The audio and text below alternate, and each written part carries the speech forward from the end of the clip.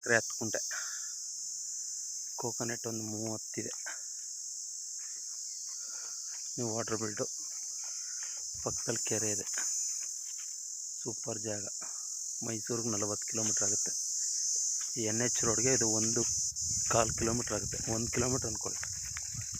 1 kilometre ಆಗುತ್ತೆ. 50 ಕುಂಟೆ ಬರುತ್ತೆ. 1 ಎಕರೆ 10 ಕುಂಟೆ. 3 RTC ಬರುತ್ತೆ. ಸೂಪರ್ ಜಾಗ. ವಿಲೇಜ್ಗೆ ಒಂದು 200 ಮೀಟ್ರ್ ಆಗುತ್ತೆ. ಸೂಪರ್ ಜಾಗ. ರೇಟು ಕೂಡ ಡಿಸ್ಕ್ರಿಪ್ಷನಲ್ಲಿ ಮೆನ್ಷನ್ ಮಾಡಿರ್ತೀನಿ. ಆಸಕ್ತಿಗಳು ನೋಡ್ಕೋಬೇಕು. ಸೂಪರಾಗಿದೆ. ಬಾಕ್ಸ್ ಟೈಪ್ ಜಾಗ.